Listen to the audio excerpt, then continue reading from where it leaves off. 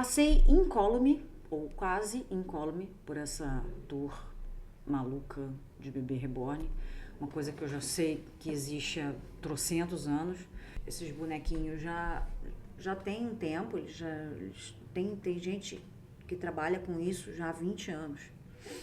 Então, assim, eu lembro que a minha sogra tinha bonequinhos e, assim, estava planejando comprar um bebê reborn na época.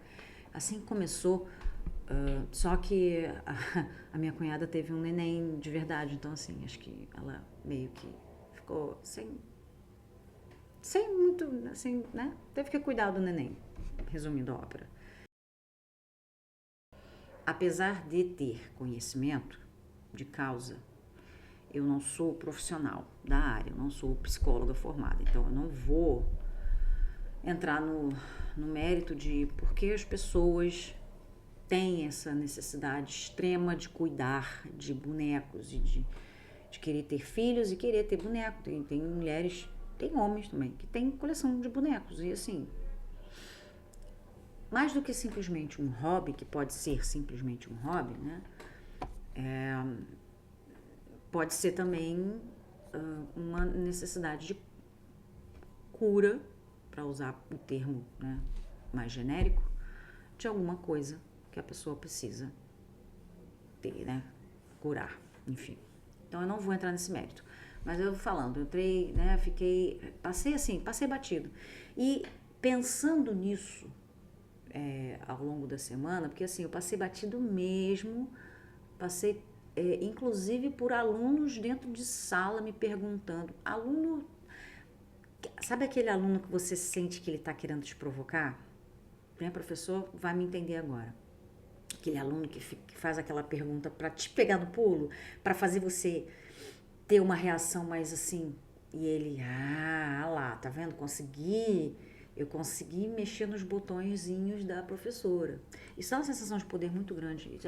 Existe um tipo de aluno que é assim, que ele se sente incomodado pelo fato de estar ali numa condição de não ser o centro das atenções. E aqui vocês não me entendam mal. Eu trabalho com uma escola que usa uma metodologia em que o centro do aprendizado é o aluno, mas não é um aluno, né, o anel do poder lá. Não é o aluno individualmente, ele não é especial. Eles são trabalhados individualmente, cada um com seus perfis e tal, né, suas formas de aprender, mas a aula é para todo mundo. Então, assim, você não pode querer ser o centro das atenções, você não pode querer estar no centro da aula, né? E tem alunos que gostam disso, gostam de tomar para si, né? De chamar a atenção toda para eles e, assim, a aula gira em torno deles. Isso é um problema. Isso é um problema porque você acaba deixando de lado os outros alunos. E aí esse aluno de vez em quando ele faz isso. Então, assim, quando ele veio com essa, o que você acha dos bebês reborn? Aí eu tava tão absorta, tava tão distraída com outras coisas que eu falei assim, eu vou aproveitar e vou fingir que não ouvi. Mas a gente ouve, tá? Para quem acha que o professor às vezes não percebe, o professor sabe tudo o que está acontecendo na sala. Então, assim, não se iludam, tá? Se você quer que o professor ouça, ele vai ouvir. Se você também não quer que o professor ouça, ele também vai ouvir. Ele vai escolher o que ele vai fazer, se ele vai reagir àquilo ali, se ele vai responder, se ele vai tomar alguma atitude, mas que ele ouve. Então, assim, sabe? Aí, voltando para a história do bebê reborn, esse aluno me perguntou e cara, foda-se, o que eu acho do bebê reborn? De coração. Eu não tenho, não quero ter, não gosto, não acho legal, mas é uma coisa minha. Não é a coisa que eu tenho ojeriza ou que eu acho que as pessoas que tenham são, sabe, igual muita gente fala, né? A pessoa desequilibrada, a pessoa precisa ser tratada, sabe? Eu simplesmente não tenho opinião sobre as pessoas que colecionam o bebê reborn. Eu tenho, sim, alguns perfis psicológicos de algumas pessoas que têm tendências a colecionar coisas. Isso é uma coisa que eu estudei, né? Apesar de não ser profissional, volto a repetir, não sou formada em psicologia. e que são pessoas que precisam compensar ou precisam trabalhar temas, né? E aí cada um com seu cada um. Eu não vou entrar no mérito das pessoas que fazem isso, também não vou entrar no mérito do próprio bebê reborn, porque eu acho um pouco vale da estranheza. Eu, Aline, acho, sabe? Aquela carinha meio estranha, um bebê olhando pro nada. E eu nunca fui de brincar de boneca. Eu, como, né, uma menina, né? Eu tinha boneca, mas eu não ligava. Minhas bonecas ficavam na cama de enfeite. As poucas que eu tinha. Eu gosto de bichinho de pelúcia. Também não sou aquela obcecada por bichinho de pelúcia, que tem bichinho de pelúcia em profusão. Eu cismo com outro dia eu falei, eu quero comprar uma capivara. Acabei não comprando. Comprei uma capivara pro meu sobrinho, comprei uma capivara pra filha da amiga. A minha capivara, eu ia fazer, inclusive, um amigurumi. Mas perdi a paciência. Começou a sair as carreiras. Eu comecei a contar, mas começou a dar errado a contagem, aí eu fiquei sem paciência e larguei pra lá. E voltando pra história, não, eu não brincava de boneca, nunca senti necessidade de brincar de boneca, nunca tive assim, eu não tinha nem repertório, porque assim, a gente brinca e a gente brinca reproduzindo, né? A brincadeira é uma forma de você ler a realidade, a sua realidade, né? Claro que usando a imaginação. Então, na minha imaginação eu tinha outras coisas. Então, assim, eu brincava de escritório, eu brincava com o papagaio da família, né? Então, assim, eu tinha uma agenda, meu tio, minha mãe me davam agendas velhas, assim, que eles acabavam não usando, e eu ficava com um monte de agenda lá, e eu escrevia, fazia diário e tal, ou eu brincava, usava aquilo ali de brincadeira. E aí eu tinha um repertório de brincadeiras que eu fazia também, eu tinha lista, já naquela época eu fazia lista, né, das brincadeiras para eu escolher, para eu não ficar assim, acabava que eu tinha síndrome de Netflix, né, eu pegava aquele monte de opção de brincadeira e ficava assim, cara, o que eu vou fazer? Aí eu acabava escolhendo a primeira que tinha lá, que era, geralmente eu era escritório, eu brincava de cozinhar, né? Brincava muito de cozinhar. Eu até brincava com boneca, mas assim, a brincadeira era mais de fazer roupinha, de trocar de roupinha. Não era historinhas, dona de casa, né? Montar aquela casinha. Eu lembro que tinha as meninas no prédio da minha prima, que elas juntavam todas as bonecas e todos os acessórios das bonecas e faziam uma mega casa. Era quase que uma república de bonecas. E elas forravam o chão, assim, do corredor, e aí montavam os quartos, montavam a cozinha, tinha cozinha da Barbie e tal, e elas ficavam brincando ali. Eu nunca tive, assim, essa coisa de brincar, né?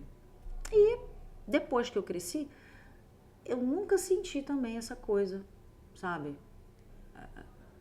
Quer dizer que eu sou melhor do que ninguém? Quer dizer que mas não viveu? Não. Quer dizer que a minha infância foi diferente, não digo nem para melhor nem para pior, eu tive problemas, inclusive, que... Obrigada, Mimi. Você é engraçada, eu, hein? E essas questões me levaram a ter outras situações, outras questões. Então, eu não coleciono boneca reborn, mas eu tenho outros tique nervoso, né? Tique nervoso. Tá, então assim, cada um tem a sua história de vida e cada um tem seus traumas. Já dizia o Dr. House. Cara, ninguém escapa de trauma de infância. Todo mundo passou, por melhor que tenha sido a sua família, por mais desamorosos que tenham sido seus pais, algum machucado você teve, né? E eu não estou falando de novo que essas pessoas que colecionam bebê reborn, ou que tratam bebê, ou que brincam de boneca, são assim.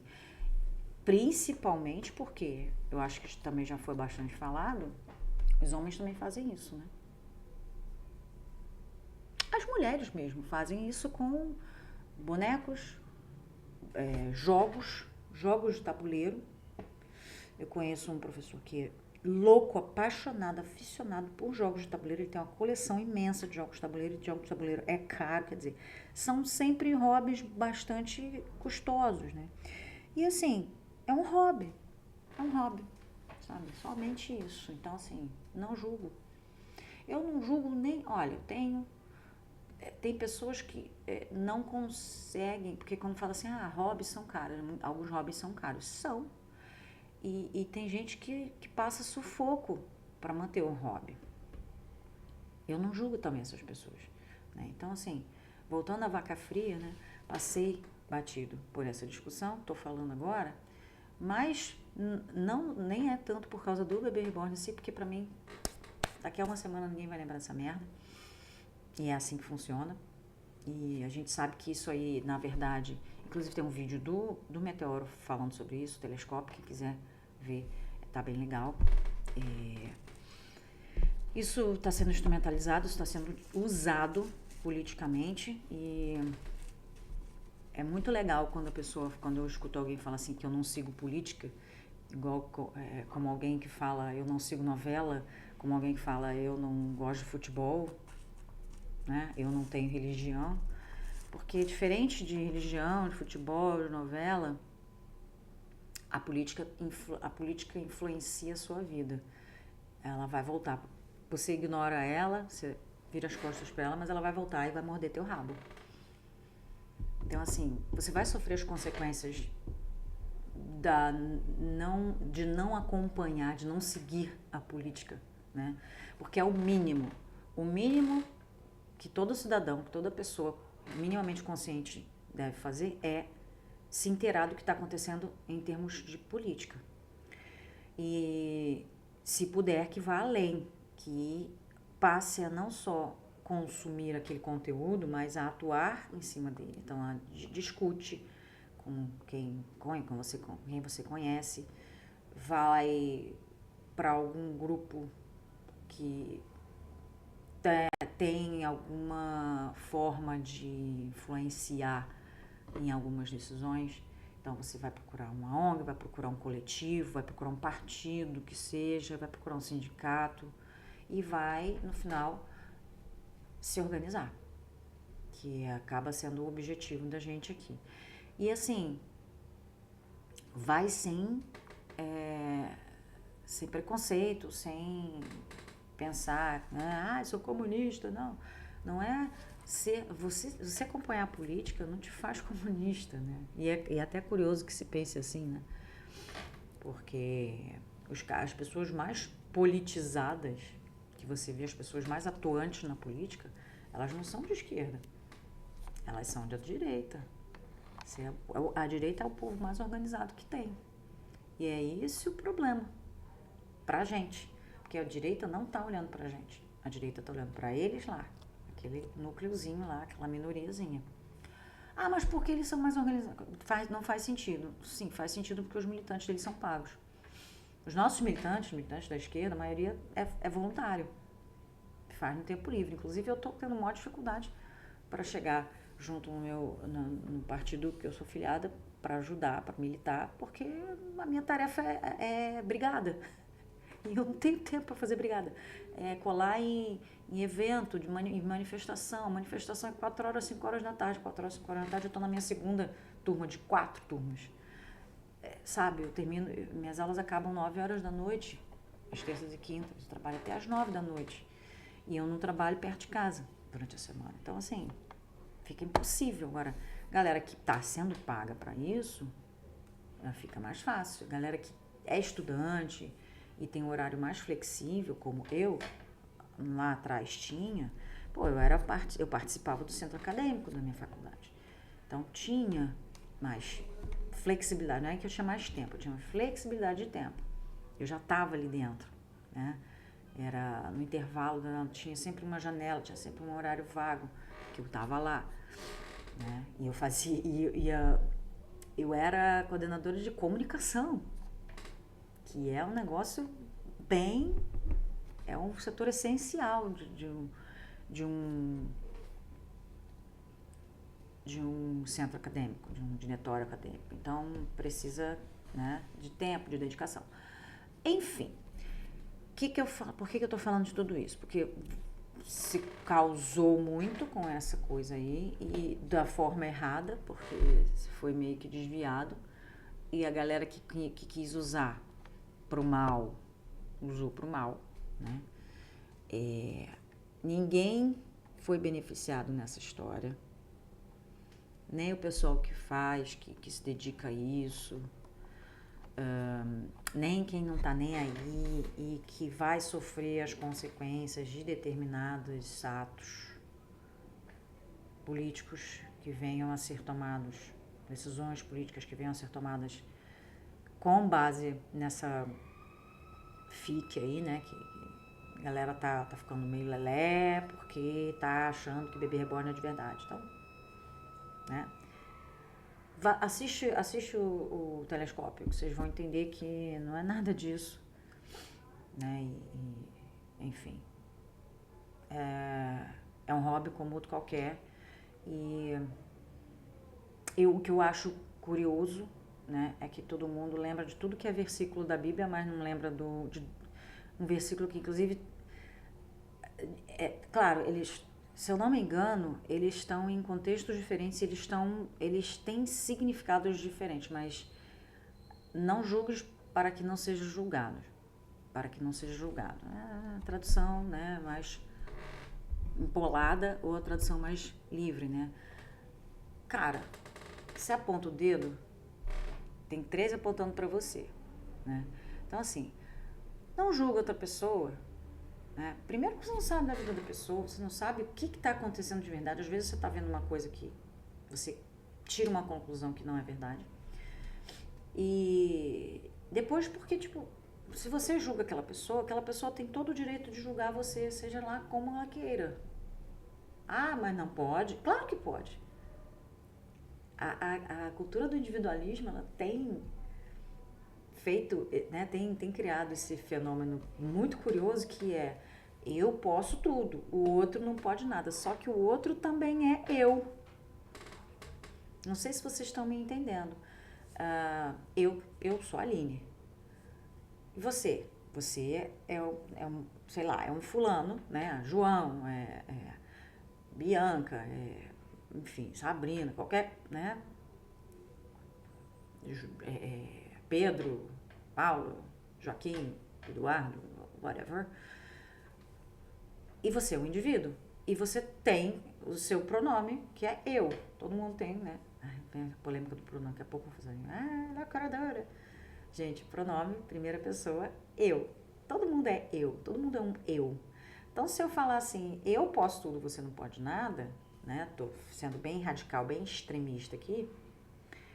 Você também vai poder falar a mesma coisa. E nessa de individualizar, de ter esse individualismo extremo, eu acabo tendo pessoas intransigentes andando por aí.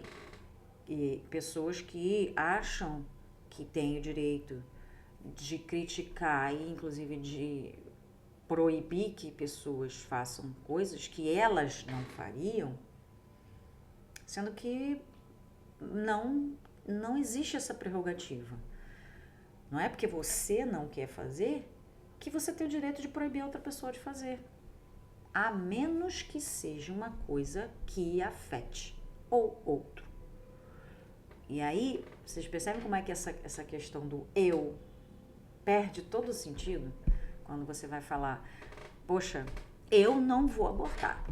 Eu não quero que ninguém aborte. Amiga, você não sabe como é que tá a vida da pessoa. Você não sabe o que aconteceu com aquela pessoa. Você é você. Ah, mas é crime. Não é. Em alguns países é, né? Mas lei é um negócio que é feito por pessoas, por indivíduos, levados por suas convicções. Ah, mas as leis, na sua maioria, elas servem para que não se faça coisas que causem problemas para a sociedade. Sim. E aonde que um aborto feito no meu corpo, o máximo que eu posso estar fazendo é prejudicar o meu próprio corpo. E eu tenho responsabilidade sobre o meu próprio corpo, né? Eu não vou fazer um aborto e depois acusar alguém. Quer dizer, eu até posso, caso tenha sido coagida, né? Aí eu tenho que provar e tal, coação, aquela coisa toda.